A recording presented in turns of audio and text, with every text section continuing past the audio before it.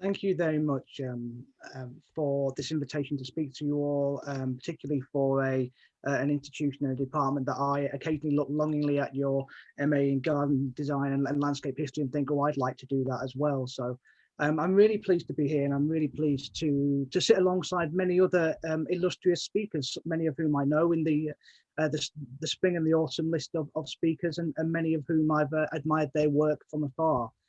And as just been said, I'm going to talk a little bit about the way in which we fund and think about the landscapes, the way in which we talk about green space, park and green infrastructure, and whether or not we are in a moment of a crisis of conscience. I'm going to try and avoid saying the other C word, the dreaded COVID word, because although it does hang large over a lot of these conversations, I don't think it's really that not that it's not worthy, it's just that I think we get bogged down in that if we talk about it. So I'm going to try and avoid that. But what I will talk about is the way in which we need to reflect on what's currently happening in the way in which we fund and we manage our landscape, and particularly our urban green spaces such as parks or street trees. And to ask whether or not there is a crisis of consciousness or conscience in central government and in local government and in the way in which we treat the landscapes around us. I think we don't need to discuss the fact that green spaces and parks in particular are incredibly valuable. There is compelling and irrefutable evidence telling us that this is the case. And so one thing I'm not going to say is that we need more evidence. I think we have lots and lots of evidence about the value of green and open spaces, and it's maybe the messaging or the way in which people are listening to us needs to change. So what I'll talk through is the way in which we've seen contractions in the way in which the landscape is funded, the pressures being placed on different organisations, be it local government or be it different environmental organisations, particularly people like Groundwork, for example. And we'll talk through this almost this vicious cycle that we see from periodically in the UK and overseas, where a lack of funding leads to a lack of management. A lack of management can lead to a lack of ownership or value being placed on it by some communities, but not all. And therefore, local authorities then place more money into the maintenance, and we get that cycle of depletion and dereliction. But what I will say is that I think the way in which we went through the 80s and 90s with those processes of dereliction or underfunding was different this time, because we do have a body of evidence. We have a body of evidence that came through the House of Commons and MHCLG Select Committee on Public Parks, which categorically stated the value of parks for human well-being, for health and well-being, for economic uplift, and for ecological and habitat creation. We've got a wealth of information from the last year from Natural England and their people and nature surveys, talking about the way in which people have engaged with their local parks far more frequently and far more often than they had done previously. Yes, there are still issues around equity and access to those spaces and the quality of them, but at least we know that people are using those spaces. And then, of course, we have work from the University of Exeter looking at the rapid review of health and wellbeing evidence, again stating that the landscapes are good for us, that they're good for our mental and our physical health, and for our to be part of a community. And we can even move this further forward to talk about the economic value of our parks and green spaces. And work by Vivid Economics, for example, have been quite prominent in noting these figures. So the £91 billion for the value of London's green space in one of their reports a couple of years ago. So I think one thing that we need to sort of almost agree on at the moment is that there is a coalition of evidence and of organisations and of understanding that the landscape and green spaces and parks are valuable, and that we just need to maybe get the messaging right, and we need to target different organisations or different ideas, and maybe in slightly different ways to what we used to do. And therefore we can try and ride out these cycles of funding growth and decreases to try and ensure that we end up with a landscape which we can all value and all benefit from. So if we start from that sort of quite broad baseline, we can look at some really simple starting points. What are they good for? So why do we like parks? Why do we like green spaces? And why do we like green infrastructure?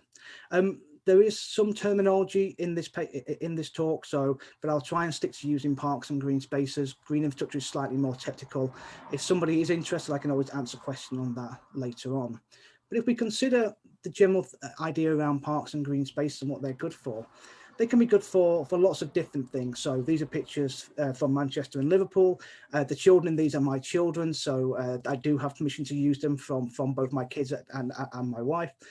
But parks are good for flood mitigation, such as the West Gorton Sponge Park in Manchester. They're good for play areas, social interaction, health and well-being.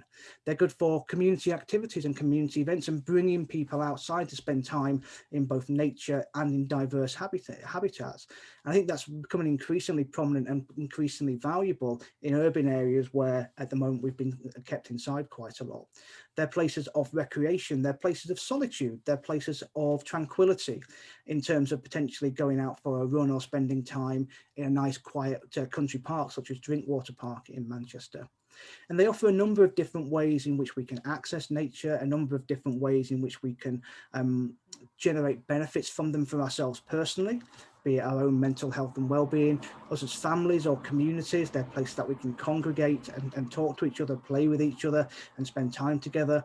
And they're good for society in terms of the way in which they deliver really essential ecosystem services, be it in terms of flood mitigation, lowering urban air temperatures and providing habitats for different species. But even though we know all this to be true, and even though we know that these things are valuable parts of our urban landscapes, there are still questions over who has rights to use these places. Are they all public assets? And do people have the same level of awareness about those rights to use parks and open spaces across different areas? And I think the answer there is no. There are very clear distinctions between the value in terms of amenities and the functions that green spaces and parks play in different communities. And that can be related to size, it can be related to quality, or it can be related to the funding and the management of those areas. So I think what we can still say, despite the fact that we know people value parks, is that they might value them in different ways depending on who they are, where they're from, what areas they live, and what access they have to parks and green spaces. But then we add an additional question to this, and this is maybe where the crisis of conscious title comes in, and it's around funding. For 10 years now, we've had an austerity sort of mandate in government that has looked to rebalance the finances of the new Labour era via a decrease in core grants to local government. And that core grant has hit all services, including planning, but it's particularly hit things like education, health and landscape. And across my own interaction with local governments in Liverpool or in Manchester, we've seen at least a 50% drop in funding for Liverpool from their core grant. And that's been directed quite heavily towards landscape and parks and environmental services. So the questions have been raised around who do we get to pay for landscapes and parks? Who's responsible for those places? And is there a singular understanding of parks that means that everybody would pay for them? And this is an ongoing conversation. It's not a new one. So although a lot of these issues have been brought to the fore in the last 10 years, they are part of this cycle of almost boom and bust in terms of local authority funding. And one of the things that I'd like to focus on is this notion of accountability and responsibility. So who's responsible for the management of these places? Should it be central government? Should it be local government? Should it be communities, so you or I, for example?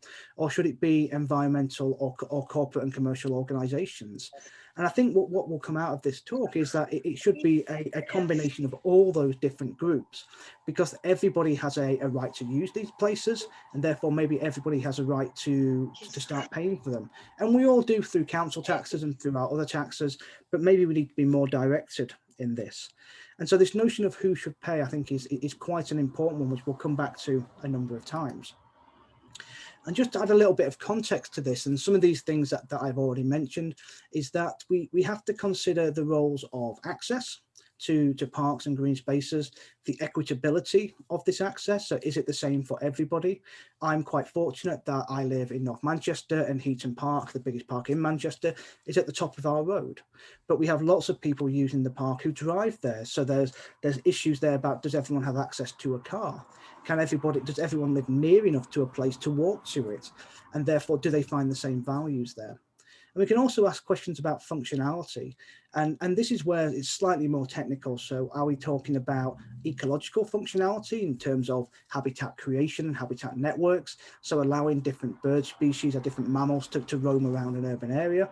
Or is it about social functionality and providing a location where people can spend time with their loved ones or with their friends? Or is it about economic functionality, so making money out of our parks? And that's something that we'll come back to later on. But in all this, the amenity value that we have or we place upon parks and green spaces is subjective. And there are currently about 80 people in this talk. And I would suspect that although we might have understandings of parks that are very similar, we might have different approaches to how we came to that valuation. And we might have different ideas about what we want to do in a park and what we find valuable. And all this relates to the users themselves. So ourselves, do we want to go and do park run? Do we want to go for a walk with the dog? Do we want to go for a bicycle ride? Or is it about the site? So are we talking about the amenities that are there, maybe toilets, a cafe, a play area? Or are we talking about the way in which the site is structured as well? So is it large? Is it big enough to hold a number of different people collectively doing different things? Or is it quite small and intimate and therefore makes you feel slightly more away from the hustle and bustle of real life?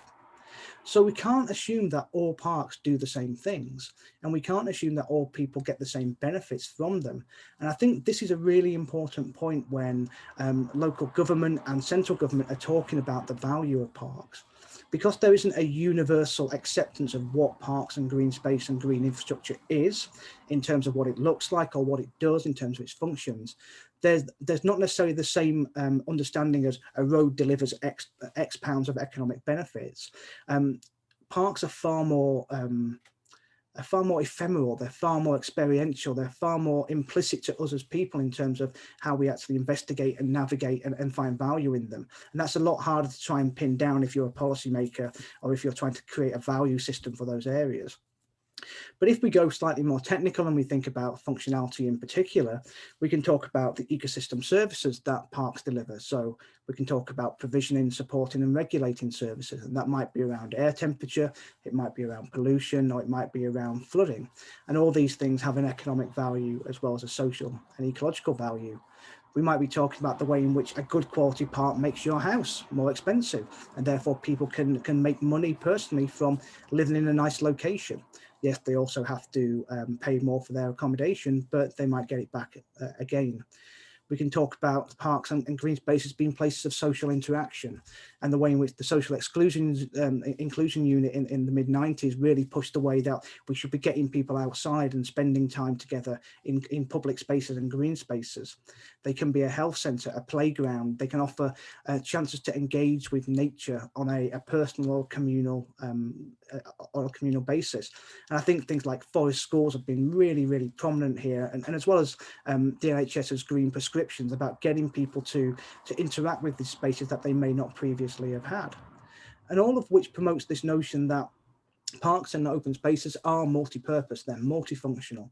They provide us with a lot of different avenues for engagement and benefits, which we might not get if we were just looking at a field of grass. And I think that's really important to remember when we're trying to think about how we might fund parks going forward. Like, what are the different interpretations that we need to think about, and how can we align that with the discussions of corporate sponsors or local governments or even civic institutions like universities? But in addition to this, we also have to think about the visible or invisible barriers to use. So what are the stigmas or what are the tensions that actually construct the way that people use the landscape, and particularly use parks? And an interesting example here is the way in which communities in Belfast engage with places locally, but maybe not so much at a city scale.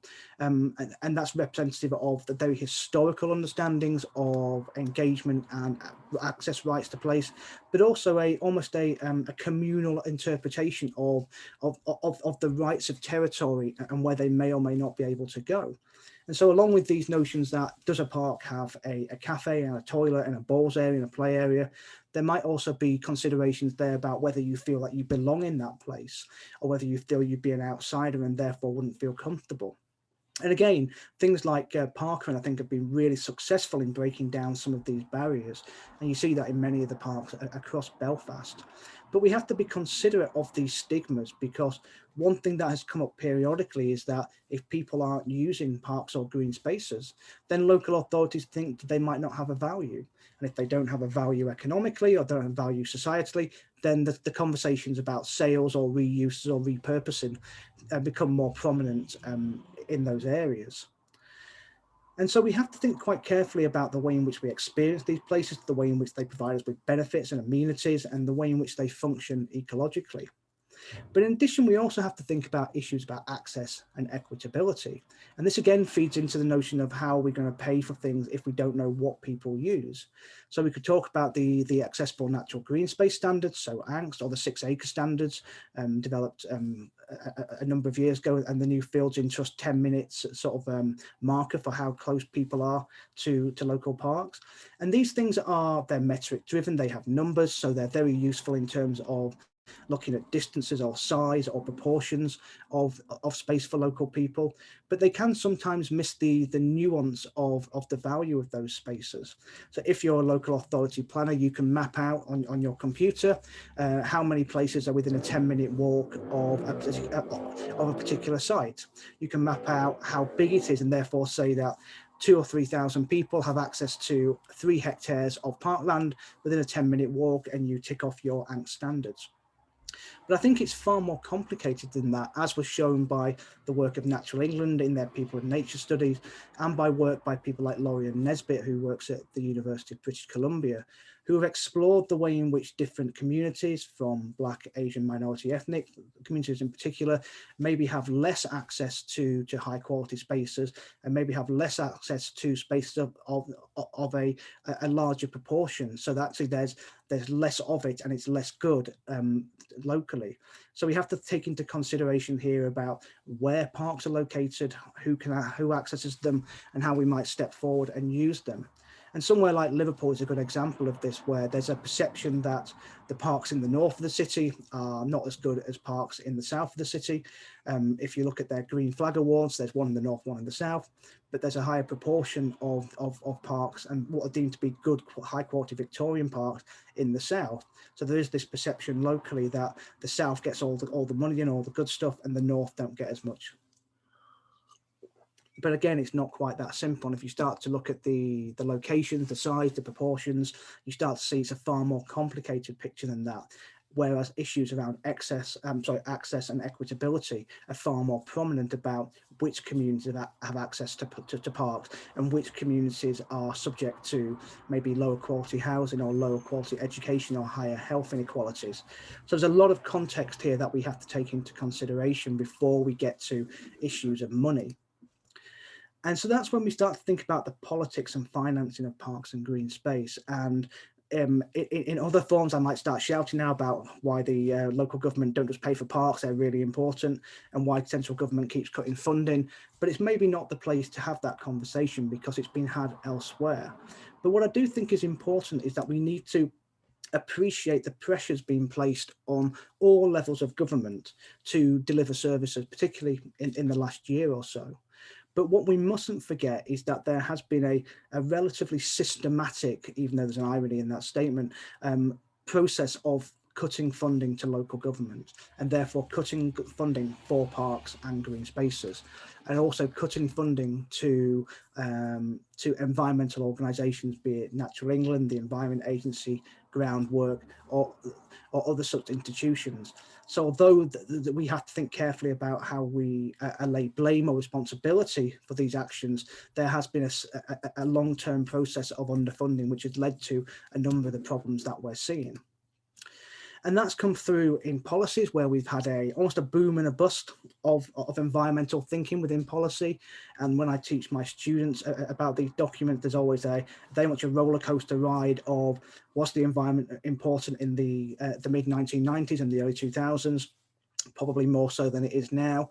How do we think about green infrastructure or parks and green spaces within the national planning policy framework? It's there, but is it there as prominently as we would like it to be? Probably not. Are we talking about a step change in thinking in the 25-year environment plan from the government's Department of Environment? Potentially, but there are questions there about the implementation of some of the ideas, such as biodiversity net gain from DEFRA's work. And we can talk about the way in which the current planning reform white paper has almost shifted the attention away from some of these more thematic issues around health or well-being or climate change or economic uplift, to talk more about data and streamlining the process. But I think what we can see and what we can discuss within each of these documents is that there is a line of argument which suggests that there is a value within government thinking for the landscape. And it might be around notions of sustainability and using those kind of buzzwords, or it might be about green infrastructure and nature-based solutions more recently. But what we can see is that there is this ongoing, almost chipping away at the economic rhetoric, which comes through in policy via the Office of Deputy Prime Minister, as it was back then, to DEFRA and the Ministry of Housing, Communities and Local Government now. And so we have to think quite carefully about the way in which these different departments of government work together, whether they talk to each other, whether they cooperate, whether MHCLG has more power than DEFRA, and what role the Treasury plays in promoting the environment. So is it cost effective to promote environmental management and biodiversity net gain and investment in local parks when the country needs to have an economic boost to avoid recession? And so there's a lot of very difficult conversations to be had and a lot of complexities about these relationships to unpack. But I think what we can see and what we can say is that post 2010, there has been a very directed reduction in funding for local government. And that reduction has led to very significant reductions in the type, the quality and the extent of management locally for parks and green spaces, which has led to a lot of the considerations, a lot of the discussions that we'll be having in the next few minutes. And it's also led to this a slight navel gazing, maybe on the part of academics like myself and maybe others, but also a discussion within the mainstream media of the UK about whether this underfunding means the end of our British way of life in terms of using parks, and whether we need to sell off all these spaces to ensure that local governments can fund all the other services, or whether there are alternatives to think about. And I think one of the important things here is that there's a wealth of data, there's a wealth of evidence, there's a wealth of experience within urban parks, within landscape, within environmental management circles that understand what is needed to manage our landscapes effectively. They understand the way in which they can budget more effectively, where they can change service level agreements, and they understand the ways in which that their money might be getting less and less, and they've had to do more with less. So pretty much the story of quite a lot of landscaping for a long time. But where we are at the moment, there's a real fear, I think, that we're getting to a tipping point again where the quality of the resource base itself, so parks and green spaces, can't be managed in a way which is effective for local communities if current funding keeps dropping, as the image on the left here shows from the Heritage Lottery Fund. If people are expecting to lose 20, 30, 40 or even 50% of their funding, there are questions to be asked about what regimes of management can be enacted and how they actually therefore plan for long-term management in the future. And so we have to think quite carefully about the extent to which austerity can lead to a permanent reduction in the quality, quantity, functionality and uses of parks. And I think this is where the COVID argument might be quite useful, though, is that in the last year, parks have been the epicenter of social activity. They've been the one place that everybody has kind of agreed that have been really valuable for most people, not all, but most people. And I think it's positioned them in a location where there might be a long-term change in thinking. As a cynical person, I'm not sure it will happen. And I think there also needs to be a long-term behavioural change in what people want out of their urban areas in terms of, do they want to go to the pub or a restaurant or the cinema, or would they like to go for a walk? I'm hopeful that it will be go for a walk and then maybe go for dinner afterwards, but I'm still not sure. And so there is this ongoing debate within media, which is quite dramatic, to be honest, in terms of, are we fighting for our parks and our soul in terms of the way in which they're funded and managed. But I think at the heart of this argument is the view that people in the UK and internationally as well find parks to be a valuable part of their lives, and that there needs to be a recognition within central government that underfunding local authorities critically underfunds the quality and the functionality of the local environments. But what I think is also really important is to consider the way in which different agencies and different institutions have been trying to find options and alternatives to this process. So we've got here an image from work that I'm currently working on, which was funded by the Value in Nature Placements Fund, and was done in conjunction with the Greater London Authority and Peter Massini when he worked there, which looked at the ways in which we have a number of different options to finance parks and green spaces. We can look at those traditional people, so local authorities, in this case, the Greater London Authority, and the way in which they can look to the core grant from government, look for different local planning authority internal funding or strategic investment funds, maybe from the European Union. They can look to investment or funding from developer contributions, so potentially Section 106 agreements or community infrastructure levies, or things like we used to have for BIFRA awards, so waste funding. So there are a number of different options which have historically filled the gap of where maybe all the money needed didn't come from core government, but there were ways around funding parks and their management. But as we've seen the level of funding from central government decrease, we've seen a growing consideration and a growing dialogue between local authorities and other sectors, be it the environment sector or charities. And these have been proposed as sort of the traditional alternatives. So people like the Heritage Lottery Fund and the great work they've been doing, but also people like Groundwork or Natural England or the RSPB, for example. So people who can apply for and obtain other grants or EU funding, who can campaign and who can work on service level agreements for local authorities without necessarily having to be within the local authority system.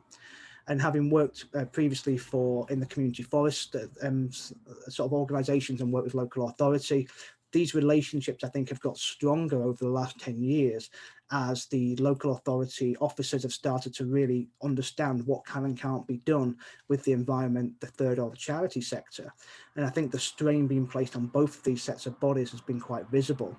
But what has been positive is that the innovation in terms of their thinking, I think, has been brought to the fore in terms of where they might be able to find new funding bodies from central government or from Europe or from commercial activities.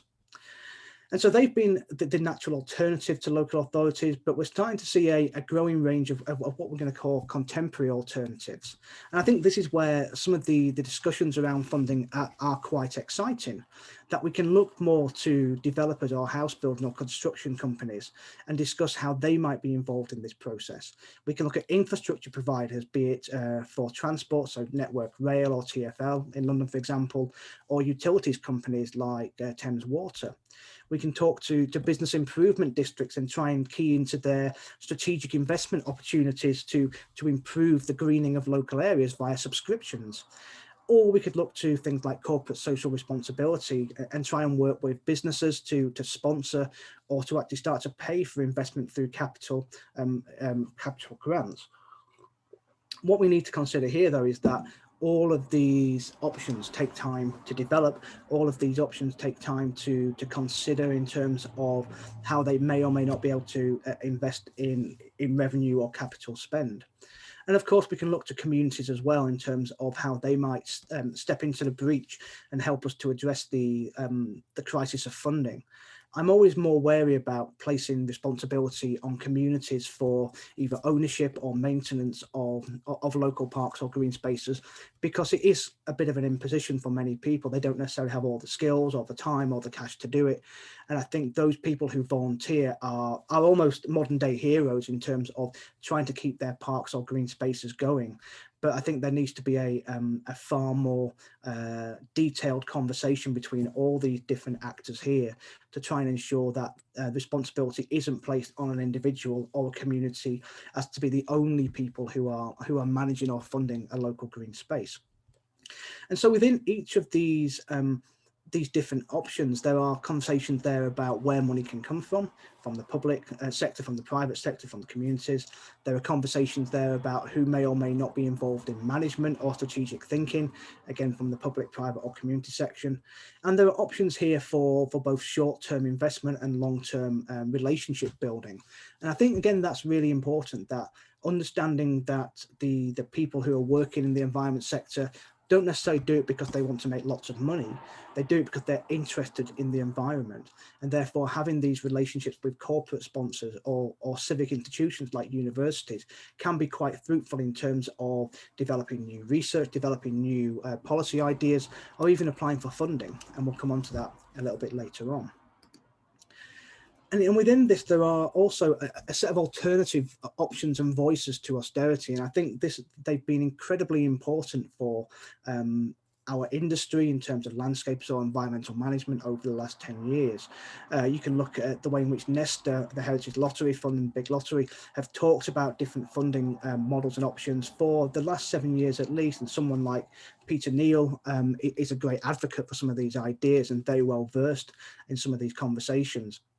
And of course, there are people on this call who I've seen popping up who are embedded in these conversations in Stevenage, in London, in Leeds, who are talking about what visions we want to shape the future of our parks and how we want to think about them as community assets going forward, and where we may or may not find the money to do this.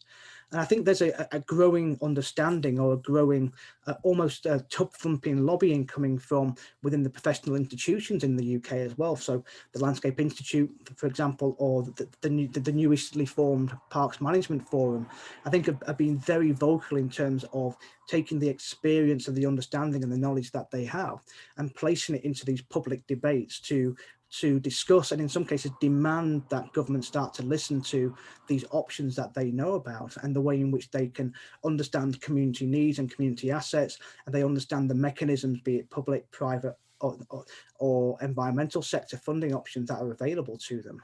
So I think what we have is we have almost two conversations going on, and they do meet and they do talk to each other, but maybe not in the way that is most prominent or most successful for the environment sector. And so one thing that's come out of this more recently, and it's maybe seemed a little bit tangential to this discussion of different funding alternatives, is the way in which we might use metrics. And I mean metrics by things that are more quantitative in terms of how much of a certain type of green infrastructure or a certain type of green space is there in a development, and is that the right amount. And we have a growing number of benchmarks and guidance documents within the UK, Building with Nature being one, the Accessible Natural Green Space Standards being another, and the Urban Greening Factor being a third. And what all these are doing is they're talking to developers, they're talking to local government about the ways in which funding can be attracted or implemented or obtained for development from developers, from contractors, to try and improve the quality of the physical environment. And that could be through a more qualitative discussion around how you might improve the level of nature or biodiversity on a site, or it might be something slightly more metric driven. So there's a number allocated to a certain kind of species on a certain green roof, and therefore if you get a certain score, you can build your development, and therefore because you're going to invest in green infrastructure, which is things such as the urban greening factor. But I think what's really critical about these ideas is that they're taking forward these notions that the environment is important, and that thinking about green space and parks and GI at a very local or site-based scale, and then trying to scale that up to a neighborhood or a city, is something which is possible. And it's something which local planning authorities might not have all the skills to do, but there are people and experts within the field, and particularly, again, people like the Parks Management Forum have a lot of this knowledge as well. So there is this wealth of knowledge and experience, and I think occasionally it just doesn't talk to each other that effectively. And I think academics are equally guilty of that, and that we go in, we observe, we talk, we do things like this, but we don't necessarily get on the ground and muck in as much as we maybe should do. Many do, but some don't. So I think there is a more detailed conversation to be had, where we try and bring these ideas together, and those things are happening Nesta, HLF have done lots of work on this. This research seminar says he's doing some of that as well. And just the amount of people who have tuned in to listen, I think is a really positive way of understanding that these things matter to a lot of people. Okay. So coming to the call to arms, coming to the bit where I would normally be bashing my hand on the desk, and the call to arms. As I said previously, we don't need more evidence. We can always have more evidence, but we have the evidence. We have a wealth of evidence about health and well-being, climate change, economic uplift, flood mitigation, biodiversity and habitats, how it supports community interaction, how it makes children learn better. And it's not for a lack of evidence that we aren't further forward. It's from I think a lack of listening and a lack of engagement and constraints within government that have been instigated via the planning policy system, but also by the way in which the government is funded at the moment. And so we have to think carefully about the way in which government policy guidance and advocacy options can be used to deliver improvements in landscape enhancement, but also to deliver funding for the landscape. And that might be through things like the 25-year environment plan and through biodiversity net gain, so at the national scale. It might be through thinking about regional policies, be it in London, Greater Manchester, Liverpool, or the Oxford-Cambridge arc, which is getting a lot of traction at the moment. It might be around working within existing local development frameworks, so the local plan or neighbourhood plans in particular. It might be about green space plans or GI plans in those local areas.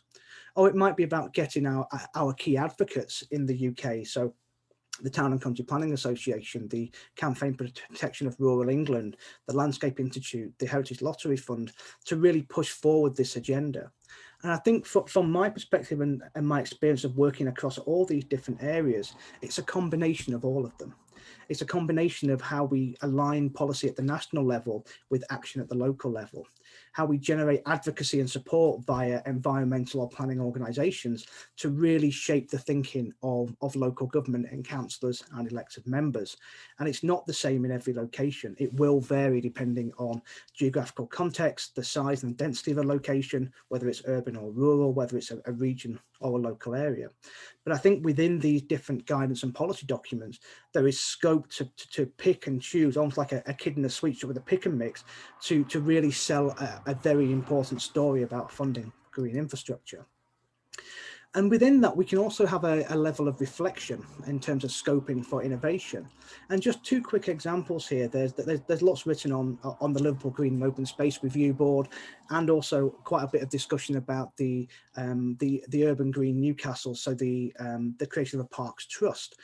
And the Liverpool Green and Open Space Review Board was set up in 2015 to assess the current feeling across the city of Liverpool about the green and open space. It was a reaction to proposed development of a well-known and popular part of the park in South Liverpool, so around Sefton Park. And what this did was it highlighted fundamentally to the City Council that the landscape of Liverpool and its parks were part of the city's character. It was part of community identity, and they were a part of what people felt made Liverpool a great place to be. On the back of that was actually, don't sell any of the parks, we love them.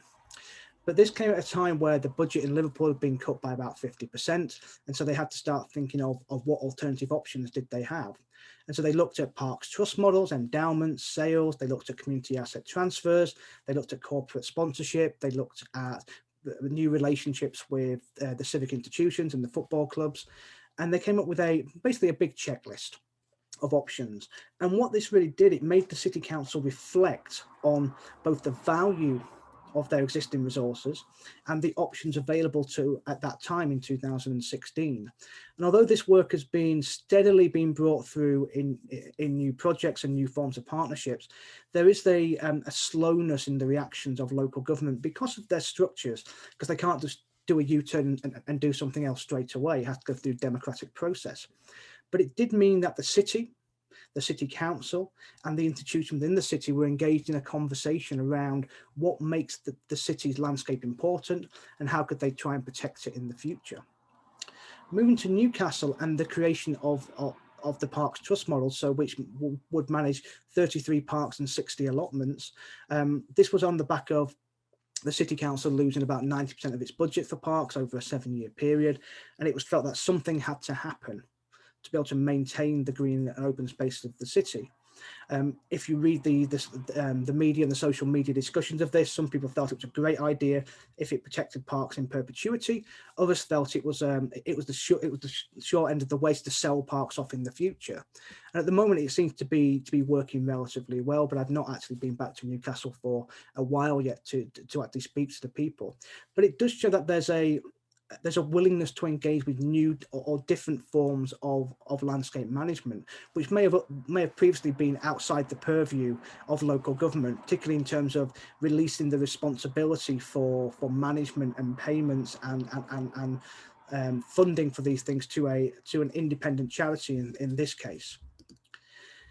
I think we can also talk quite carefully about the way in which we might engage with business as well, be it corporate sponsors or be it through corporate social responsibility, the business improvement districts, or indeed through sales. And I know this is quite a dirty word when we're talking about parks, but what we can see is that organisations like Thames 21 with their corporate social responsibility sort of programs have worked extensively over a period of years to develop relationships with corporate sponsors, be it banks or law firms, to generate a set of volunteers to go out and do a lot of the management work on site, therefore lowering some of the costs to local authorities. And whilst this might not be sustainable forever, it does provide an opportunity for people to engage with nature. It provides Thames 21 with a body of workers to go and engage with projects and help out local authorities or landowners. And it allows companies to tick off their corporate social responsibility sort of mandate. I am being slightly cynical there, but I know a lot of companies are really engaged with a sustainability agenda. In addition, we can talk about the way in which the business improvement districts of maybe Liverpool or central London, so around Victoria or the Cross River Partnership, are really engaging with this notion of small, almost acupuncture type investments in green space to fill in gaps or to address problems that are innately urban. And it might be around looking at pollution or urban temperatures and the creation of green walls on shopping centres or things like that. And I think what's been interesting within the discussion of business improvement districts is the way in which different organisations have engaged with either the idea of being an environmentally sustainable company, the way in which some companies have looked at the way in which they can improve the aesthetic quality of their businesses. Some have been quite reluctant to get involved because they don't see where the economic return on investment is, but many, particularly in London, around London Bridge and the South Bank, have been quite positive in terms of seeing the long-term viability of investment in urban greening as a way to make their locations more attractive to both investors and to people using those areas as well. So there's a lot of discussion there about whether business improvement districts could be a significant conduit for funding and for delivery in the future. And then, of course, there's the dirty word of sales. Like, should we just sell off all the parks and therefore get rid of all the costs on the books and therefore have no cost for management? A lot of people say it's the sensible idea. I am not one of them. I think parks, as we've already talked about, are a critical part of what makes places nice to live in, nice to work in, and nice to spend time in. I think sale is a very short-termist argument for we get rid of the cost of the accounting books, but we don't really necessarily know the costs on society or on the economy long term. And if you think about cities with very little green or open space or parks, they're maybe not quite as nice to live in or not quite as popular as those places with a nice landscape. So we can start to again look back at notions of subjectivity in terms of our perceptions or our desires to live in certain kinds of places. We can also talk about generating funding from large funding pots, and this might be one of those things which we lose going forward. So the Horizon 2020 EU funding pot has led to about a €4 million investment in Liverpool in urban green space and green infrastructure and what they're calling nature-based solutions.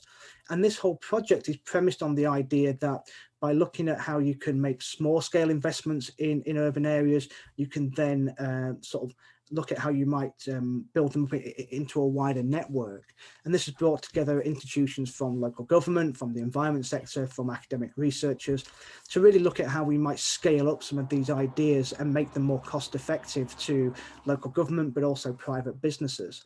And this notion of being innovative, of looking at something like a floating garden in terms of a movable habitat, in terms of looking at vertical mobile gardens, so actually having green walls that move around a city to address particular hotspots of pollution, for example, or looking at the way in which we might think about parklets or sustainable drainage in our existing parks to make them more resilient to extreme weathers.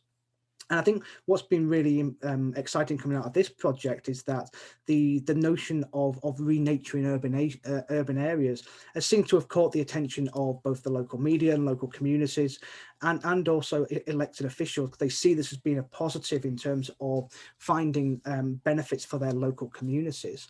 Again, we have to question whether this funding mechanism is tenable in the long term, and potentially isn't, given where we are with Brexit.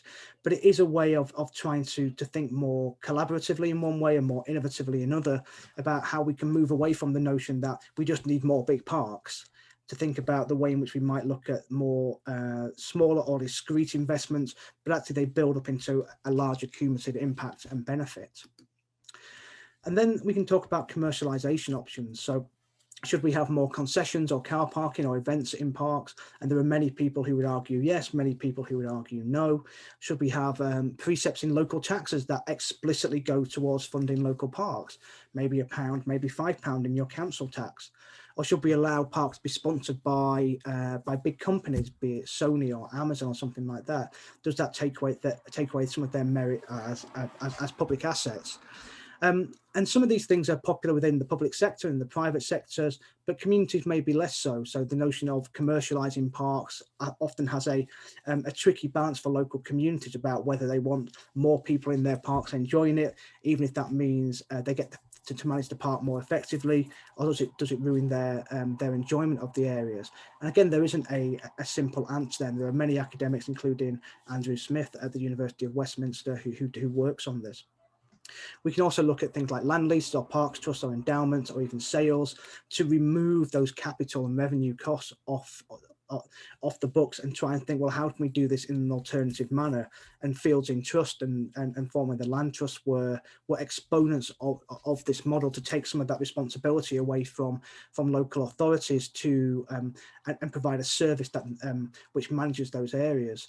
But again, this is sometimes unpopular with local communities because they see it being held by a private institution, even though it might be a charity, and there are legal and funding implications as well.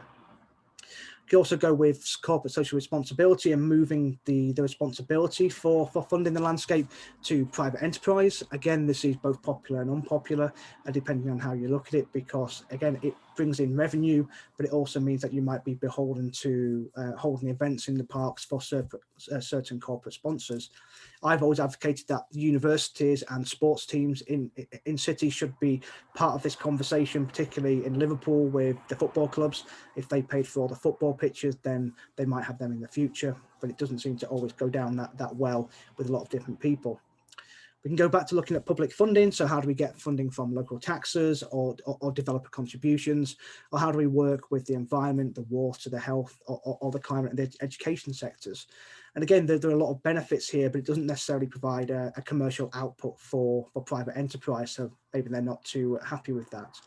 And of course, we can think about asset transfers to communities and informal management, things like guerrilla gardening, for example, or friends group management, all of which have benefits, but maybe not all of them are tenable in the long term.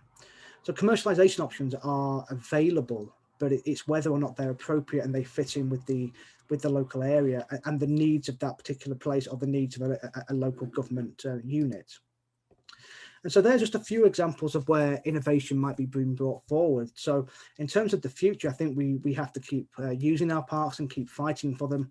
And this is where it comes down to the crux of, I think, why I was asked to give this talk. And I would like to recommend this book if you need so it's Urban Crisis, Urban Hope, and a lot of the discussions around some of these ideas around what we might do have been really influential in this discussion, and particularly a chapter I wrote with Natalie Bennett, a member of the House of Lords and formerly the leader of the Green Party.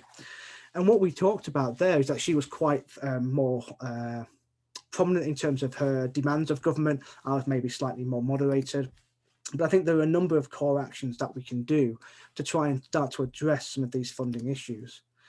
Firstly, and whilst I think this is quite an ambitious target, I don't think it will happen, I think it's a conversation that we need to have, and that's to reverse all funding cuts for parks, green space and GI to their pre-2010 levels and adjust for inflation. So actually environmental services can be effectively financed in the future. As I say, I'm not sure this will happen. In fact, I'm pretty sure it won't happen. But I think at least it tells us that if we try and reset to a place where we had not necessarily enough money, but we were at least more capable of managing sites effectively, then at least we can build on that. And so I think these are things which people can go to government and say, we've lost 50%, 90% of our income, therefore our parks aren't of a higher quality. We need money to address this balance. Secondly, I think there's a need to ensure that all MPs, all local planning authority officials, public sector workers are engaged with environmental education and awareness training.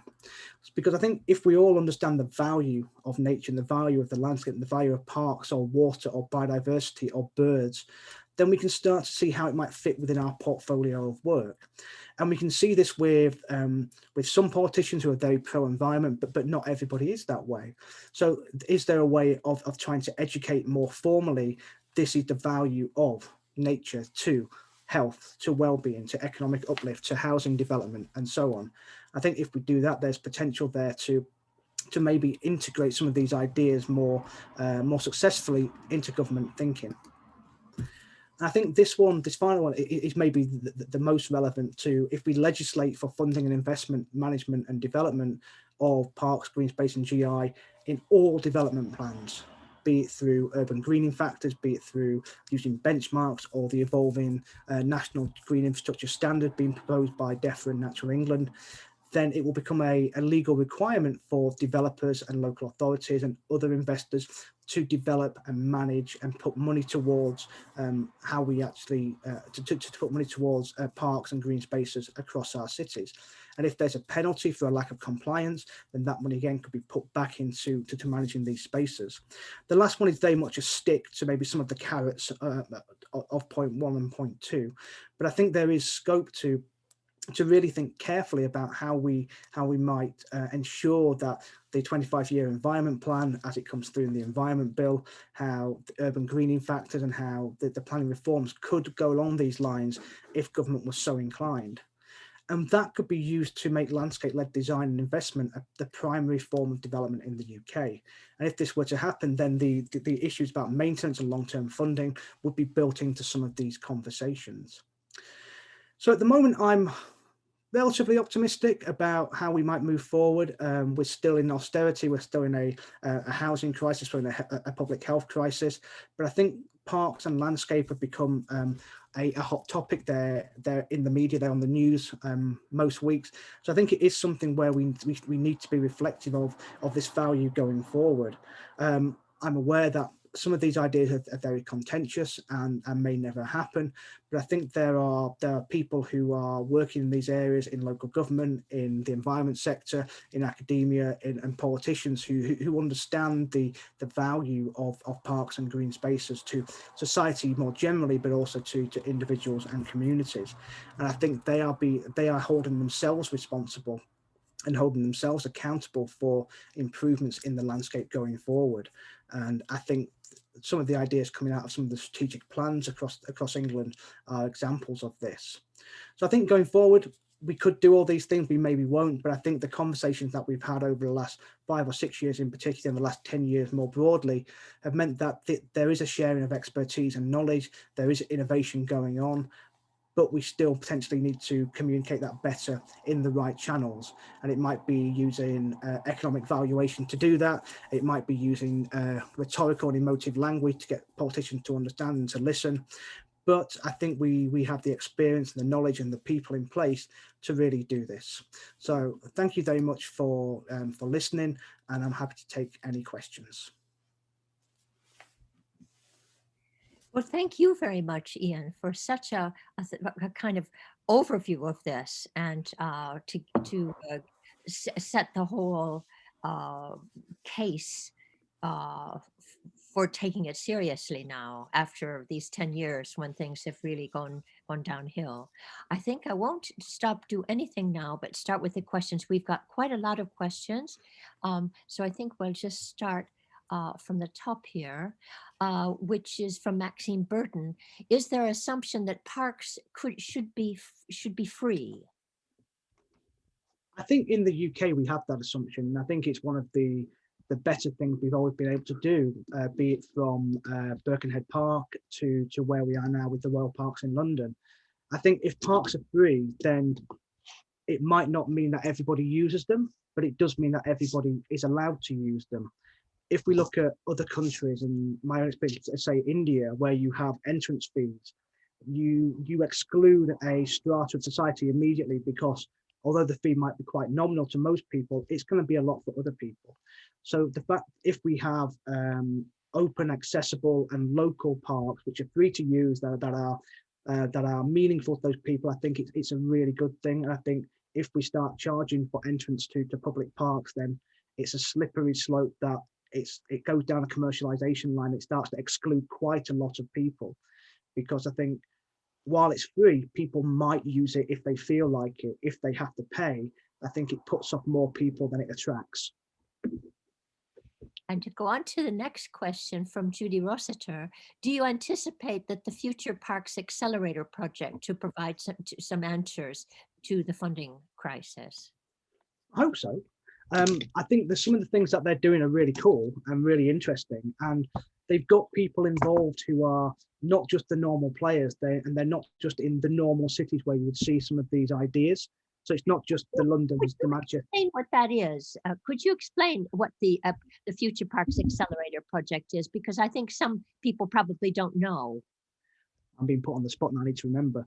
It's a fund to look at alternative ways to manage and fund parks across the UK using different partnerships and different approaches to funding.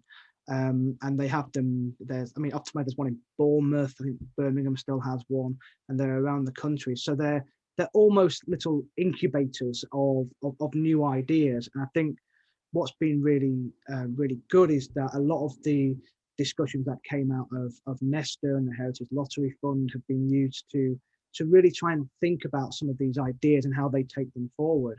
And they promoted an engagement with different sets of people, not just the usual players. It's more there's more roles for communities or different communities within the environment sector. So I think they offer opportunities. Whether or not they will have the desired effect will come down to a lot of things about politics and money and legislation. But I think it's one of those areas where they're really good ways of focusing attention on what could happen, and they've got a lot of the right people in the right conversations, which is always a good start. Thank you very much. Then from Jennifer White, how much does it cost UK PLC to chase alternative sources of funding for parks? Wouldn't it be simpler and more cost effective to get funding sorted out centrally? Alternative funds don't probably help address equity. It's a really interesting question, and in an ideal world, all the money would come from the UK. We wouldn't have to look externally. I think that's where we've been traditionally, and we've seen we sort of bumbled along nicely with having money for parks. Where money from other authorities, other organisations, or even from Europe has been helpful, is to work on more innovative projects. So things where you might be thinking about how you would increase biodiversity, or the way in which you might think about flood prevention in a different way. So rather than just doing the same kind of management, it provides opportunities to exchange experience with colleagues in France or in Belgium or in Germany. It doesn't always work. It doesn't always lead to new ideas or better ideas, but it is a valuable experience for a lot of environmental organisations, and people like Groundwork, people like the community forest partnerships, particularly in Manchester in the northwest, have learned a lot about land management from other countries, which they then brought back to the UK to try and instigate here. If central government via the Treasury, the MHCLG and DEFRA were to provide adequate funding, then I think people would still look externally for additional funding to do different things or better things or newer things, but it would give a baseline. But unfortunately, that's not really the position we're in at the moment. The long-term future of EU funding is very much up in the air, and personally, I think it's a great loss to not have both that capital investment opportunity, but also not be able to share those experiences. I've personally worked on projects with people from Germany, from the Netherlands, from Belgium, from Turkey, and found some of the stuff that they do really quite exciting in terms of how they've addressed quite complex urban problems via a form of investment in parks or landscape, which I hadn't thought about. And I think that experience will be missed in the long term. And from EM, how can communities fund parks, etc., if they're already deprived? Places where people rely on food banks are also pretty nature deprived. So that's one question that this person asks. And the other is, why do we treat this issue as if it's separate from the decisions on how we collect, spend taxpayers' money? Isn't it precisely what our taxes are supposed to be for? I'll answer the second question first, it's easier. Yes, Yeah. I agree. It is what our taxes are for. And I think there are options for having large proportions going for this sort of stuff. But it is quite a complex process to allocate things specifically for parks or landscape. The first question is, I wish I knew the answer. I think it's one of those things that drives a lot of people, particularly a lot of academics, in terms of equitability and environmental justice. And the questioner is right that in areas of deprivation, of maybe lower incomes, of lower education, lower housing tenure in terms of more mobile populations, then they don't necessarily have the time, the money, or the inclination to invest in parks, because they might be actually working 2 or 3 jobs. They might have caring responsibilities. And I think for those people, there's and I don't mean those people, I mean people in those situations. I think there are so many barriers in place that potentially stop them engaging with some of these conversations.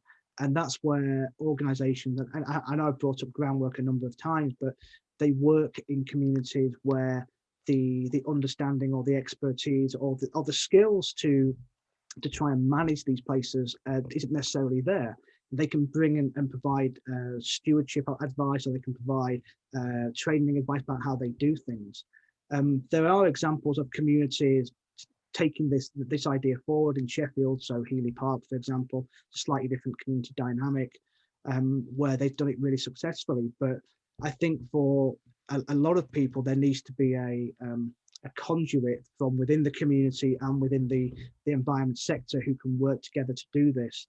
And it's not to undervalue the knowledge or the experience of local communities, but it's almost to help them navigate through maybe some of the more technical ideas around how they may or may not need to engage with finances or the local authority. I think in a lot of communities, I was born in West Yorkshire. I grew up in a mining village near Wakefield, and there was a lot of people who had a really strong association with the landscape, but not necessarily the skills to help manage it. But that drive to understand the place that they were from was always central to their sense of identity. And I think in a lot of places that are post-industrial, that still remains. And it's almost finding the gateway in, or the pathway to how the community might want to get involved with some of these ideas, and then providing them with additional support to maybe look at funding options as well.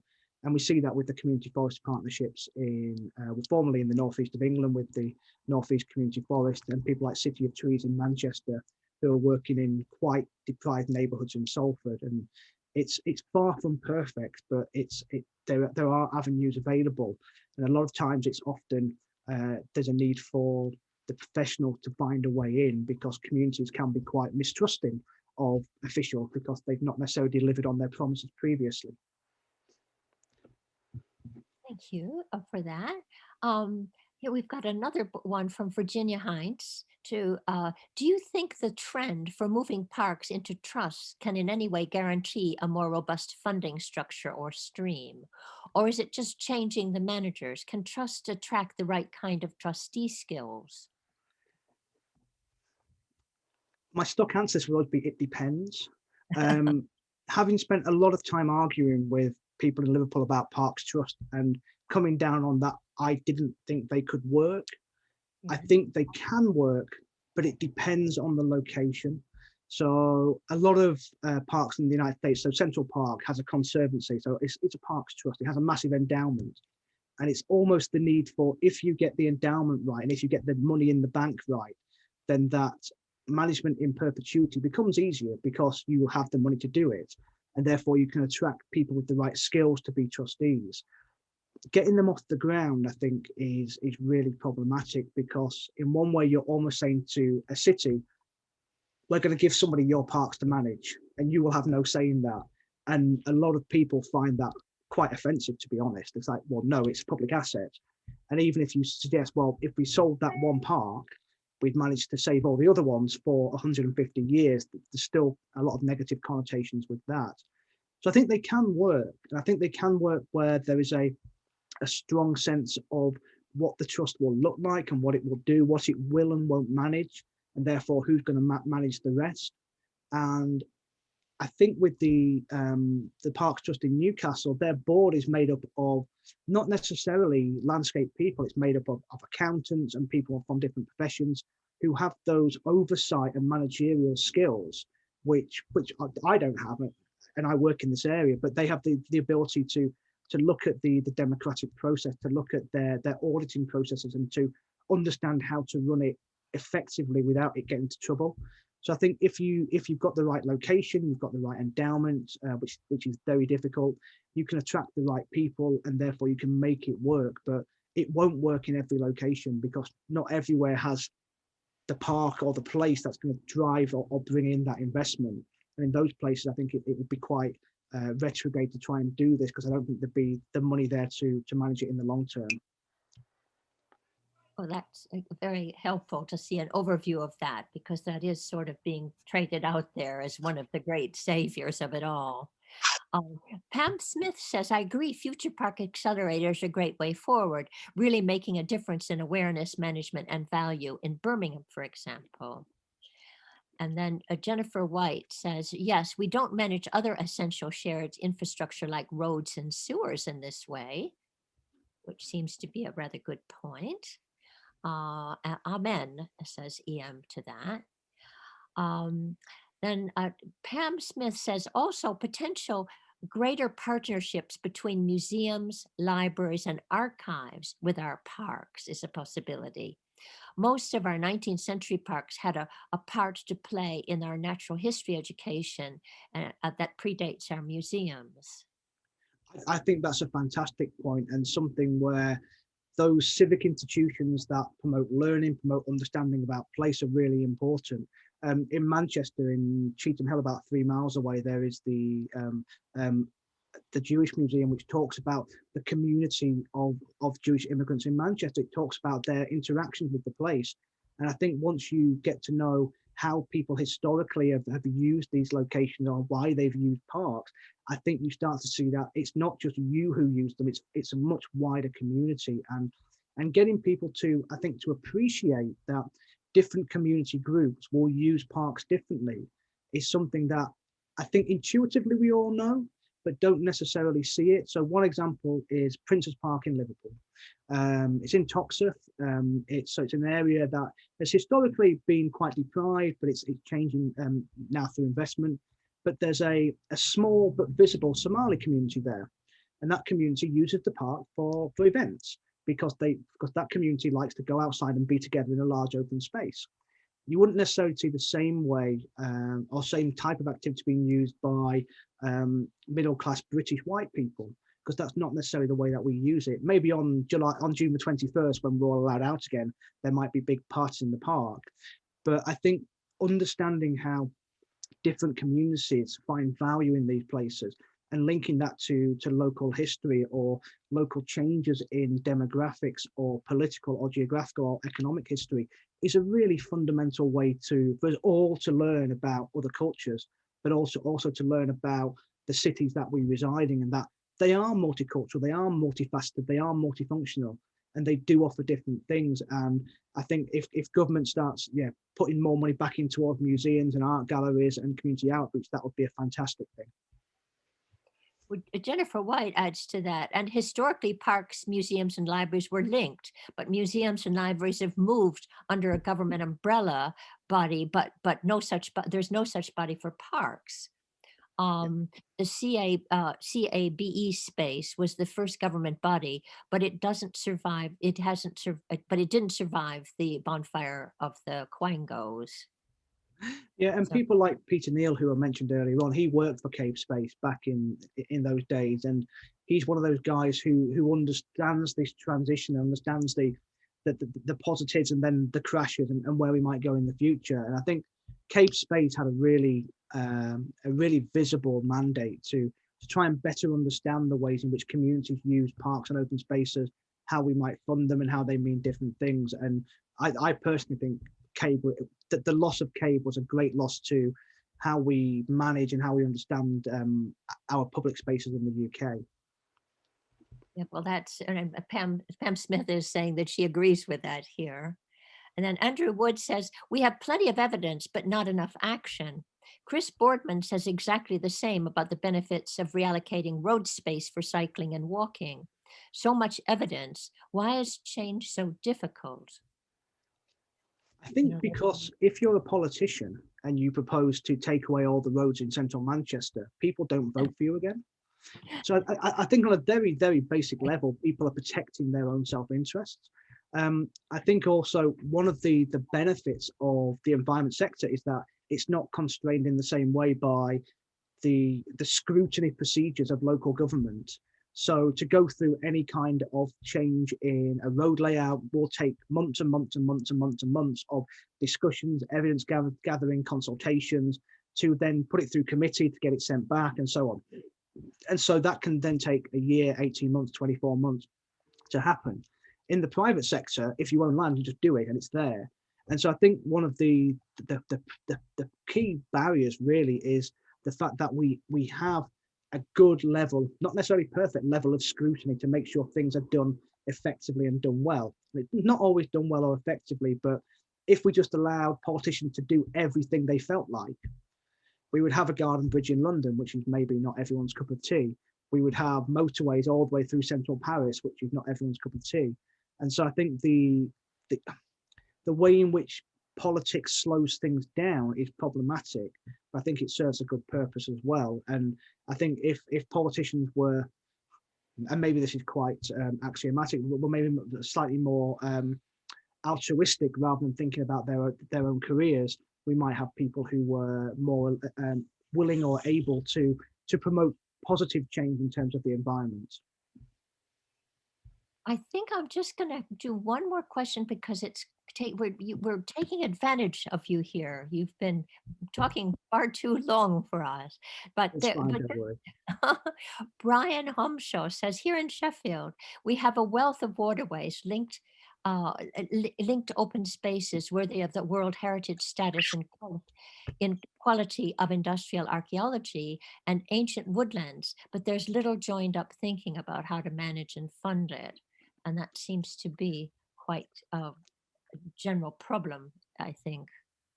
I think I would have a slightly different take on Birmingham, because I know some of the people like Nick Grayson who works in Birmingham on these issues. And I think there's a lot going on, which is maybe behind the scenes, maybe it's research in academia and the city council. But I think they are acutely aware of the value of their industrial heritage and the waterways and the way in which they can be used to promote sustainable transport, connectivity, physical exercise.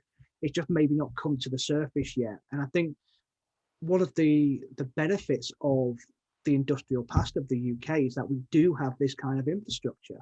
We do have canals in Manchester, which are used by a lot of people to walk through the city.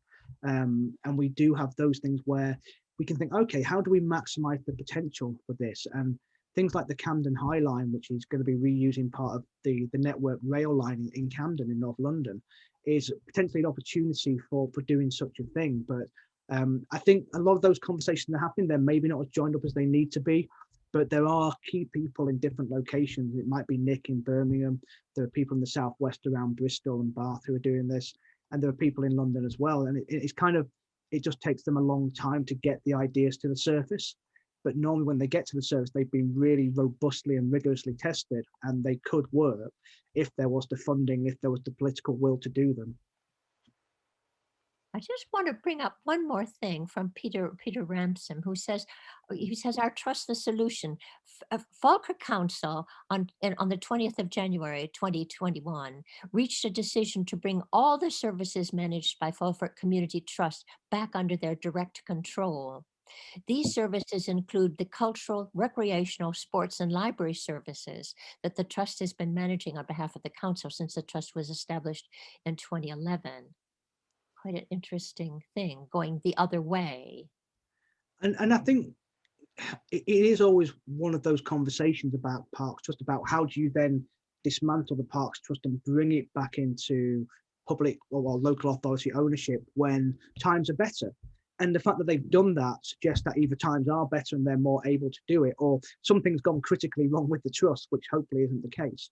But I think one of the reluctance of people about Parks Trust models is, what is that reversing? What does it look like, and how do you do it, and what are the costs to it? Because I think we can all hope that monies for local government will increase sometime in the future, and we'll get back to having money for services again, and therefore we won't need to outsource them. And people then, like the Land Trust or Fields and Trust, might need to rethink their business models. But I think if a local authority is confident that they can manage these things more effectively in-house with the right expertise, then that's a major win for that local authority, because it shows that they understand what they're trying to do and how they can do it, and they're secure enough financially to do that. So it'd be interesting to hear more about that, because it is always weird to go back the other day once it's gone to a trust model. And there's another, I'm going to just say this last one, and then I'm going to suggest that the other questions we haven't had time for, people bring them into the sort of more, the informal discussion afterwards. It was just that Virginia Hines says, it will be interesting to see if what would happen to the Brighton and Hove recent transfer of the Royal Pavilion and all the city museums into a trust in Brighton. I didn't know they'd done that, but I think if we can bring the rest of the discussion questions into a discussion, because I think our formal session has gone on quite a long time now. So I'd like to thank Ian very, very much. And it's obviously, it's generated so many ideas and so much discussion. I wish we could go on with it, and we will informally. But I wanted to thank you now very, very much on behalf of us all for stimulating us in this way. And we'll read the book and move on from there. So if we could, people open up there, unmute themselves, and we'll give you a clap, Ian, and thank you. And then I'd like to announce our next seminar, and then I'll open it up for discussion. So thank you. Thank you very much. And I'd like just to announce that the next seminar in 2 weeks' time, on the 11th of March, is we're going to have a panel discussion on the movement now of decolonializing the garden. And the people that'll be on the panel will be Sui Searle, who is the founder of Decolonize the Garden, and Dr. Jason Allen Pesant at the University of Leeds, and the chair will be Christine Lalumia, and that's quite it's quite an active movement now, the Decolonizing the Garden. So I will now we'll leave it open now for discussion. Turn on your video so we can see you, and Ian will say a little bit, and bring your questions, or you can say them now unmute yourselves, and we can talk about it.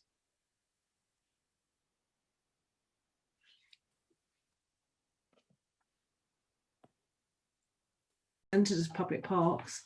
They're developed by commercial organisations, and you have to show your passport to go there.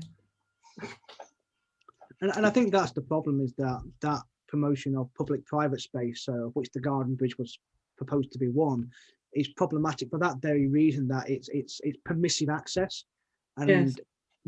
maybe I'm old fashioned. Maybe I grew up in the countryside, so we went and walked in fields, so it was normal. But I think the ability to just walk up the road and go to the park it's been critical in the last year. But even just normally, it's one of the reasons why we live here.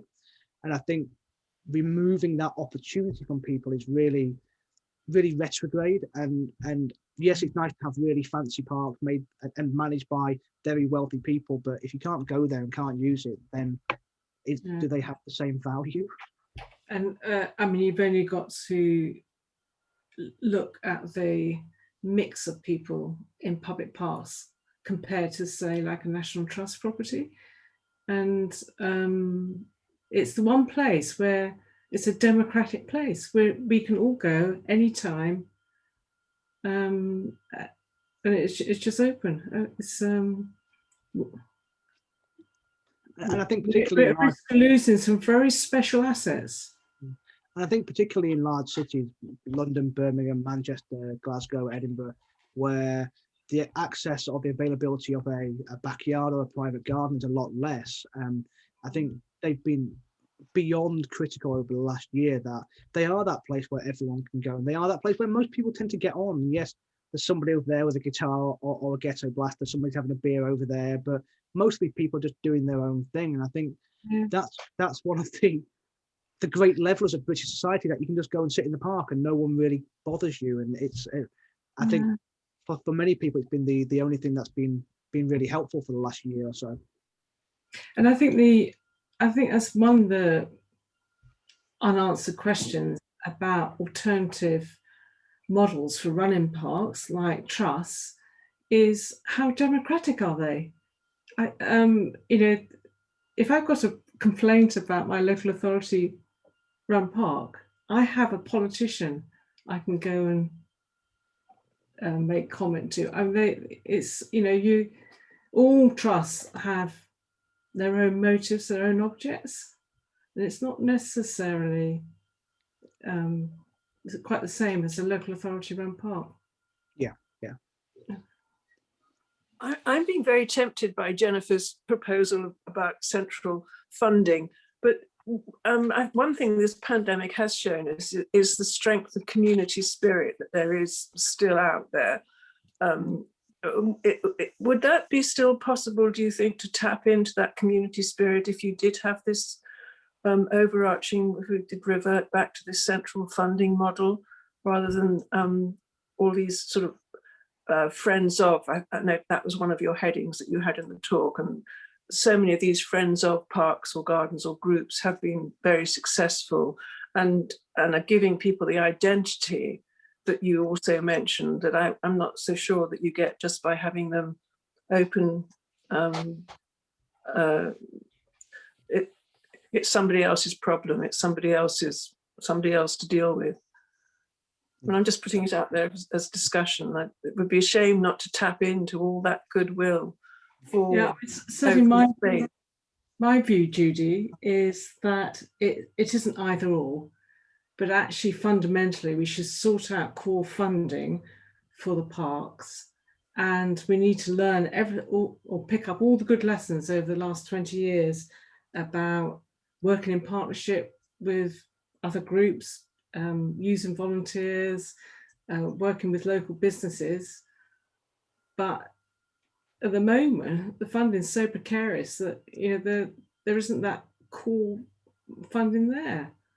It's mad, absolutely mad. Especially, I just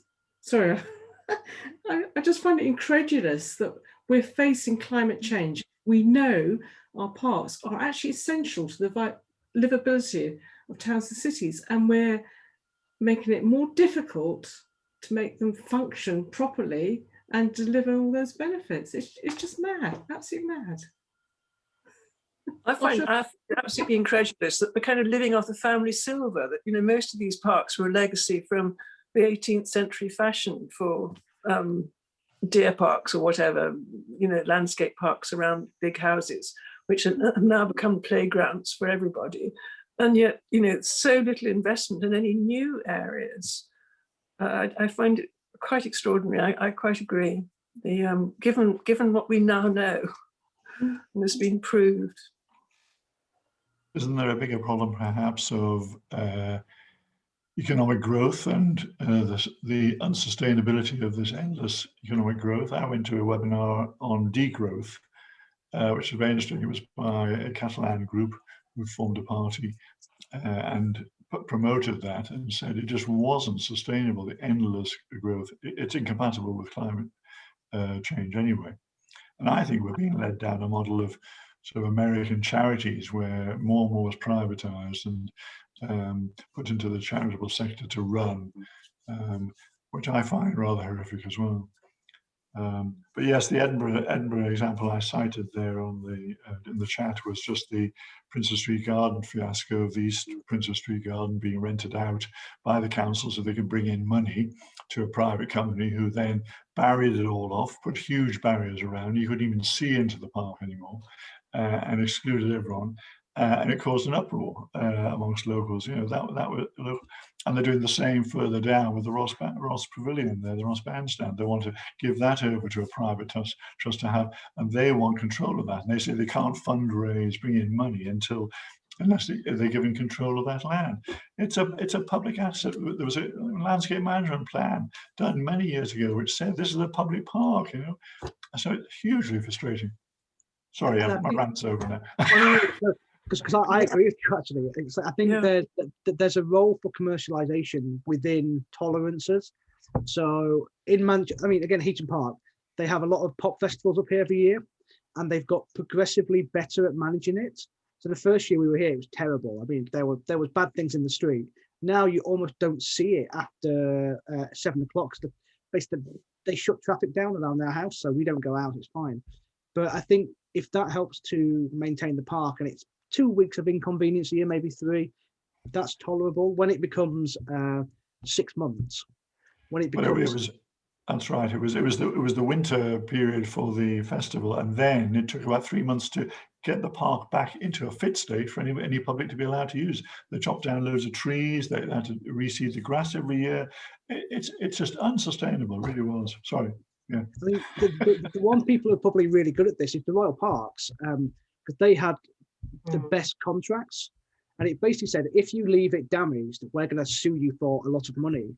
And they basically used their position as the Royal Parks really to force people to deliver on their accountability. So they also managed to get people to put in things like generator points so that actually the infrastructure would be there and didn't cause this yearly turmoil. But that's not going to happen everywhere, and it is always those destination sites or the ones with the best landscapes, like as you described in Edinburgh, which are going to be picked on. And it's almost back to the Parks Trust. If you've got the big shiny thing that can be used as the law for people, it can be a bit easier to then negotiate. But if you're Liverpool, Sefton Park or Stanley Park are the crown jewels, but they're not going to have the same value as Heaton Park here in Manchester or Hyde Park in London. So you're almost fighting a losing battle against promoters, because they know that you're not going to turn them away next year, because they know that you bring in their money. And even though it cost you, I think it was £13,000 last year to do all the litter picking, that they're not going to charge you for it because it's not worth their while. And so I think it's a really fine balance. And there are people who really don't like events in parks, and I can see why. But I think as an option, they're valuable, but maybe within a certain amount. Yes, the balance. Isn't it about explaining the origin and purpose of our parks? Because in Victorian times, when a lot of the parks were created, they were used for things we would be amazed at today, you know, like Mount Vesuvius erupting in Bellevue Park on a Sunday, or there's some village in Bradford Park, and I just think having an event and having things in parks is actually part of their history as well. So it's about how we purpose. I know in 1997 I moved from the northeast to Birmingham. I didn't know anyone. I moved for a job, and my first weekend I went to Canhill Park on my own. They were playing Independence Day on the cinema, in an outdoor cinema, and in the week there was the Land Rover rally against redundancies and Diwali festival. And you just think, how many public spaces do we have where all those things things can happen in the same week. We don't, do we? And as a person on their own moving to a new city, then, you know, I wouldn't have gone to the pub on my own. I probably wouldn't have gone to the cafe on my own, but I went in the park on my own. And I think that's the economic value as well of having urban populations and people moving between cities, about the park as a unifier, when you can go there and find something that's relevant to you. Yep, totally agree. Nice, simple reply. And particularly in terms of the way in which different communities use them, and it's sort of, yeah, Birmingham, you have lots of different people, and you might not have seen a Diwali festival before. It's like, okay, that's different. Yeah. And like, please don't throw powder at me. I'm not that. But they're the great leveler, and even in Belfast, where I've worked previously, there are still areas that you do and don't go. We're starting to see, well, actually, people just want to play football. And yes, you're going to wear a certain top and you're going to get kicked a bit, but it's not like it was in the 1990s, not the 70s. And so it can be just that place that everyone goes. And I think Parkrun is a really good example. I'm not the biggest fan of Parkrun, but they do bring everyone from different walks of life into a park, and they're all doing something that they enjoy and that they find a community with. And they might not want to go to the gym or go running on their own, but they'll go with their mate on a Saturday morning. And so I think, that those options and those opportunities in parks are fundamental, really, to how we as people just understand where we live and what we find important about it. Learning to share, isn't it? Because I remember going to Scandinavia, looking at urban planning, and all the British planners were talking about, oh, well, in this country, we won't have balconies that overlooked each other, or we won't have flats without. And the excuse that we haven't got the climate to be outside doesn't stand up when you go to Denmark or Sweden or wherever. So it is a cultural thing, isn't it? But that's the nice thing about COVID. I live on the edge of Bourneville, and I'm really proud of Birmingham parks, actually. They're amazing. But going through the parks once or twice a day, we've now got hot chocolate vans set up. We've got people on a wet Tuesday in November sat in the park, and that never happened before COVID. So I'm hoping that carries on, really, about lots of different people. Like in one postcode, we've probably got houses that are over 1 million, and we've got one of the biggest areas of social deprivation in the UK. And the one thing that links them all is the park. So you can mix with people in completely different social groups, and yet you don't need to know. You know, it's a separate thing, you know. So that, I'm really proud. Birmingham are doing really well, particularly with Future Parks Accelerator. They've got big plans and it seems to be working. And I think your point there about on a wet Wednesday in Birmingham, people are in the park, I think that will be the indicator that we've changed our mindset. If at some point in the future, no matter how long away that is, if the parks are full, when it's tipping down, that's every day in Manchester, but if it's tipping down, there's still people walking their dogs, and it's not just a few people who would be normally, but it's other people who have maybe changed their work patterns. I think then we know that it's really hit home that people are going to go there forever now. And I know that at our park, when they closed the play areas, there was just like a lot of families stopped going for a while, but then they realized that there was a wood to play in, and then they realized that there was a pond to go and play with, and they started moving around. There's now more people in the play area, but those kids are still playing in the woods. So there's almost like their parents have been dragged there to sit in the mud going, yeah, this is fun. But it's done something. And I do hope that we are going to see it in the future. But I know a lot of my friends are just like, I'm going to the pub. And it's like, yeah, we can go to the pub, but can we go for a nice walk at the same time? Yeah.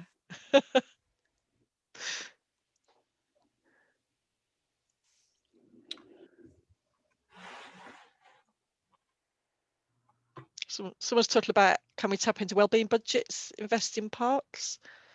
Didn't that happen a bit for a while with all the health stuff after Dr. William Bird, wasn't it? And I remember in Nottingham they were putting NHS money into allotments. What's happening with that now? Did that carry on? To an extent. So there's still the green gyms in parks, there's still green health programs, but it's kind of, there's sometimes a reluctance within the NHS and the clinical commissioning groups to hand over the money or to hand over the running of these things. And so, I mean, one of the conversations in Liverpool during the open space review was, why not put GP surgeries in parks? Build them all in parks, then people will have to go to the park to go to the doctors. And in one way, it makes perfect sense. In many other ways, it doesn't. But it's kind of, almost leading the horse to water and pointing at the water and putting its head in the water, and eventually they will drink the water. And I think a lot of people don't like exercising and don't have the compunction to do it, but if their mates are going to go down there, so my wife's family live in North London in a place called Kenton, big South Asian population, and you go to the park and all the Indian grannies are all on the exercise machines, and they're all having a great time because they're there with their friends, and they've made a little trip to the park to go to these things, and they might be doing it in less vigorously than younger people will, but they're enjoying themselves. So it's kind of, if the stuff's there, you can potentially, but it's kind of, some people are just not going to want to do it, and some people need to find something that attracts them. And for a lot of people, it might be taking the dog for a walk in the park, or having kids who want to go to the park. And it's just, if there's something, then the NHS and the CCGs can tap into it. One example would be many years ago in Gateshead, the North East Community Forest were working with public health officials and green exercise officials in the Hasidic Jewish community.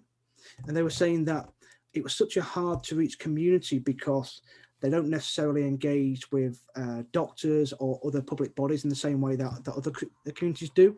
But once they found a way in, once they had a gatekeeper, they found that a lot of people would come out to the park to do their green exercise because they had that community feel about it, and they felt safe and confident.